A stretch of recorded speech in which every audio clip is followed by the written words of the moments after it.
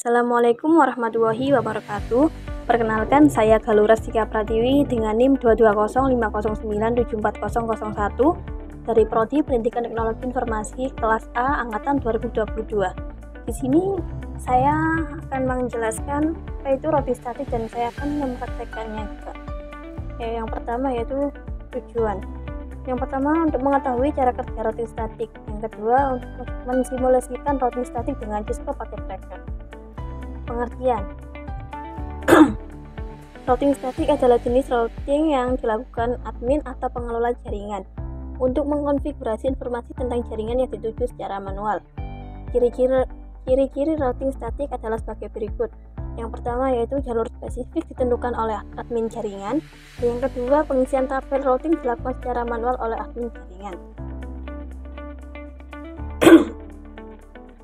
Penggunaan routing statik dalam sebuah jaringan yang kecil tentu bukanlah suatu masalah. Hanya beberapa entry yang perlu diisikan pada forwarding table di setiap router. Namun, Anda tentu dapat membayangkan bagaimana jika harus melengkapi forwarding tabel di setiap router yang jumlahnya tidak sedikit dalam jaringan yang besar. Selanjutnya, cara kerja routing statik. Cara kerja routing statik ada 3 bagian, yaitu yang pertama, konfigurasi router yang dilakukan oleh admin jaringan. Yang kedua, router melakukan routing berdasarkan informasi yang diterima dari tabel routing. Yang ketiga, admin jaringan menggunakan perintah IP route secara manual untuk konfigurasi router dengan routing statik, dan routing statik berguna untuk melewatkan paket data yang ada pada jaringan. Ada beberapa parameter yang ada pada routing, yakni destination merupakan alat tujuan dan network mask dan biasanya diisi dengan now untuk semua jaringan. Gateway merupakan datagram yang dapat dicapai melalui antarmuka. Red source merupakan alamat tujuan paket dan meninggalkan router melalui alamat IP. Distance 0 sampai 255 merupakan jarak administrator jaringan dari router. Keuntungan menggunakan routing statik. Yang pertama yaitu meringankan kinerja prosesor router. Yang kedua, tidak ada bandwidth yang digunakan untuk pertukaran informasi dari tabel isi routing pada saat pengiriman paket. Dan yang ketiga, routing statik lebih aman dibandingkan routing dinamis. Yang keempat, routing statik kebal dari segala usaha hacker untuk mem-spoof dengan tujuan membajak traffic. Selanjutnya yaitu kerugian menggunakan routing statik. Yang pertama yaitu administrator jaringan harus mengetahui semua informasi dari masing-masing router yang digunakan. Yang kedua, hanya dapat digunakan untuk jaringan berskala kecil. Yang ketiga, administrasinya cukup rumit dibanding router dinamis, terlebih jika banyak router yang harus dikonfigurasi secara manual. Yang terakhir, rentan terhadap kesalahan saat entry data routing statik yang dilakukan secara manual. Selanjutnya yaitu skenario untuk praktikum yang akan saya praktikkan nanti. Dalam percobaan ini kita akan mensimulasikan routing statik yang melibatkan 3 router dan masing-masing router memiliki network tipenya seperti pada gambar berikut. Di sini ada 3 router. Ini router pertama, ini router kedua, dan ini router ketiga. Dan terdapat 3 PT. Ini PT1 dan ini PT2, dan yang paling kanan ini PT3, dan juga terdapat 2 server 1 dan juga server 2. Maka percobaan yang pertama, buat simulasi jaringan seperti gambar di atas, termasuk setting IP gateway router, IP address PC, termasuk PC dan gateway PC. Yang kedua yaitu isikan tabel routing statik setiap router sebagai berikut.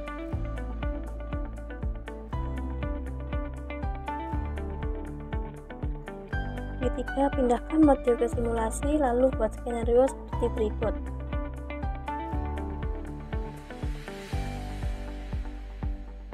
Setelah selesai membuat simulasi pada poin 3, kembalikan mode ke real time lalu coba lakukan tracing dengan arah seperti poin 3. Lalu amati hasil penelusuran routernya. Jadi selanjutnya kita akan membuka dikasih Cisco Packet Tracker. Oke, selanjutnya mari kita praktekkan di Cisco.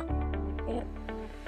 Ini saya sudah membuat sesuai dengan skema tunjuk yang diberikan Pak Bus. Di sini ada 3 router 1, router 2, dan router 3, dan terdapat 3 PC, PC1, PC2, dan PC3, dan juga terdapat server 1 dan juga server 2. Untuk PC1 dengan IP address 192.168.1.1. Untuk PC2 dengan IP address 192.168.1.65, dan PC3 dengan IP address 192.168.1.253. Untuk router 1 ini terhubung dengan router 2 12 dan juga router 1 ini terhubung dengan router 3 dengan 13.1. Lalu router 1 ini juga terhubung dengan PC1, dan juga router 1 ini terhubung dengan PC2. Lalu untuk router 3 ini terhubung dengan 3.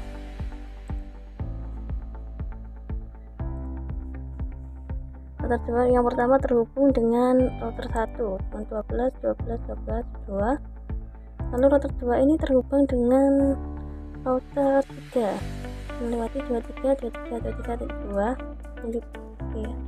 Lalu router 2 ini juga terhubung dengan PC3 192.168.1.254. Lalu untuk router 3 ini terhubung dengan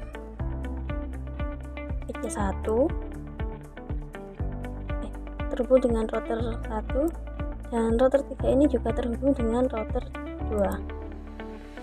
Lalu router 3 ini terhubung dengan server 1, dan yang terakhir router 3 ini terhubung dengan server 2. Baik, mari kita simulasikan. Yang pertama, kirimkan paket simple PDU dari PC1 ke PC2, PC1 ke PC2.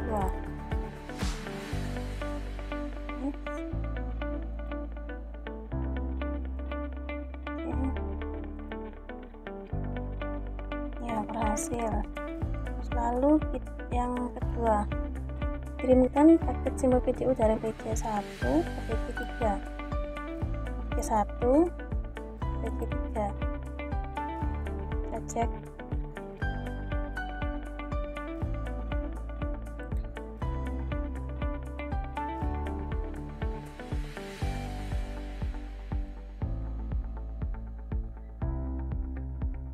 Oke, berhasil. Lalu untuk percobaan yang ketiga, kirimkan paket simple PDU dari PC1 ke server 1, PC1 ke server 1. Lalu kita cek.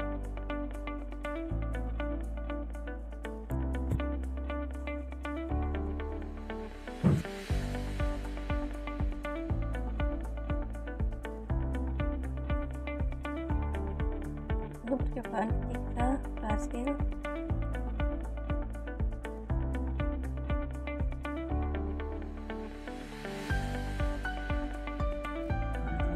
Oke, selanjutnya percobaan keempat, kirimkan paket simple PDU dari PC1 ke server 2, PC1 ke server 2. Kita cek.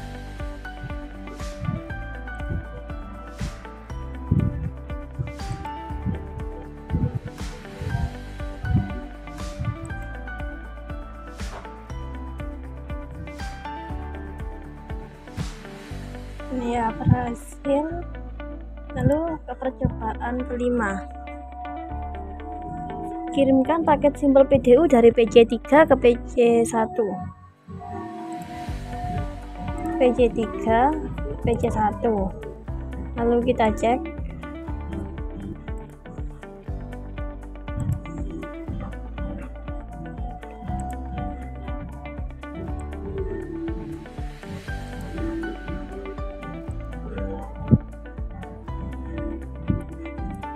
Ya, berhasil. Lalu ke percobaan ke-6, kirimkan paket simpel PDU dari PC3 ke PC2. PC3 ke PC2. Cek.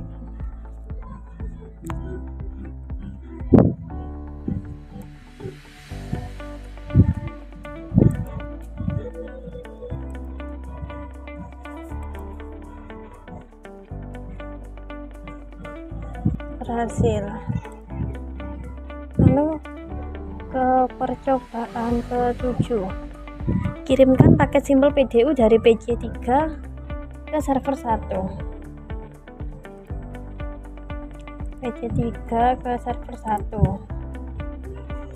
Cek.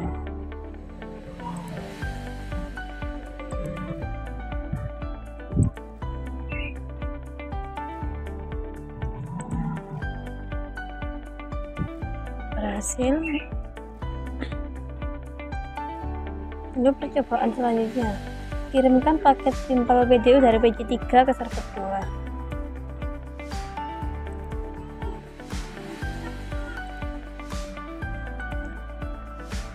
PC3 ke server 2. Cek.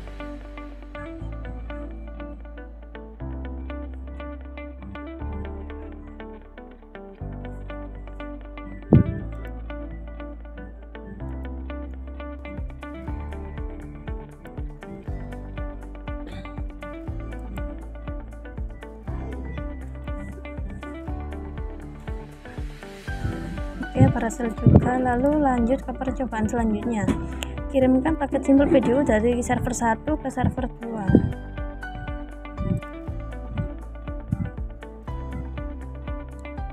Server 1 ke server 2.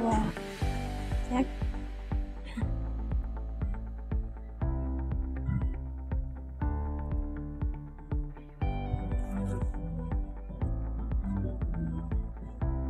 Berhasil. Lalu lanjut ke percobaan selanjutnya, kirimkan paket simpel PDU dari server 1 ke PC1. Server 1 ke PC1. Kita cek.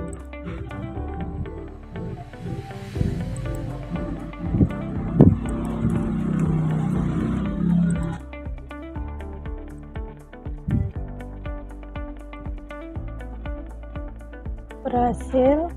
Lalu ke percobaan selanjutnya, kirimkan paket simpel PDU dari server 1 ke PC2. Server 1 ke PC2. Cek.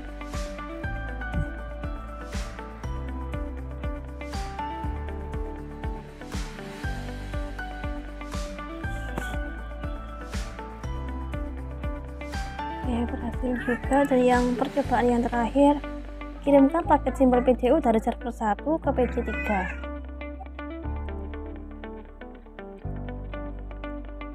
Server 1 ke PC3.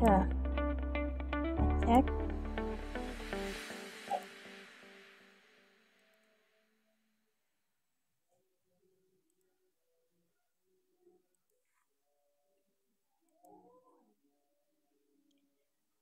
Berhasil juga.